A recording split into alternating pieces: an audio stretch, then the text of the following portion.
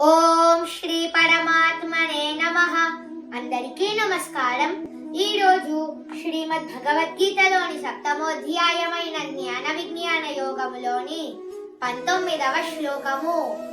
బహూనాం జన్మనామంతే జ్ఞానవాన్ మాం ప్రపద్యతే వాసుదేవః సర్వమితి సమహాత్మాసు దుర్లభః. భావం: శ్రీకృష్ణ భగవానుడు అర్జునుడితో ఇలా పలికెను.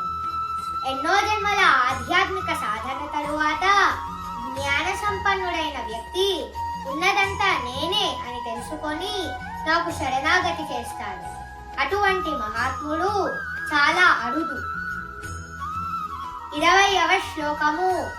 కామైస్తైస్తైర్హృత జ్ఞానాః ప్రపద్యంతే న్యదేవతాః తం తం నియమమాస్థాయ ప్రకృత్యా నియతా స్వయా.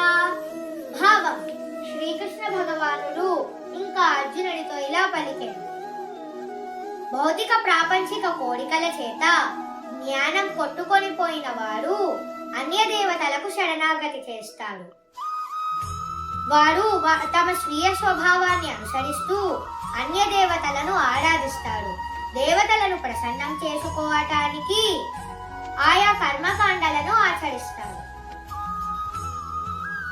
21వ శ్లోకము. యో యో యాం యాం తనుం భక్తః శ్రద్ధయార్చితుమిచ్చతి తస్య తస్యాచలాం శ్రద్ధాం తామేవ విదధామ్యహం. భావం: శ్రీకృష్ణ భగవానుడు ఇంకా అర్జునుడితో ఇలా పలికెను. ఆ భక్తుడు ఏ దేవతా స్వరూపాన్ని ఆరాధించాలని కోరుకుంటాడో ఆ భక్తుడికి ఆయా దేవతా స్వరూపం మీదనే శ్రద్ధ నిలబడేటట్టు చేస్తాడు.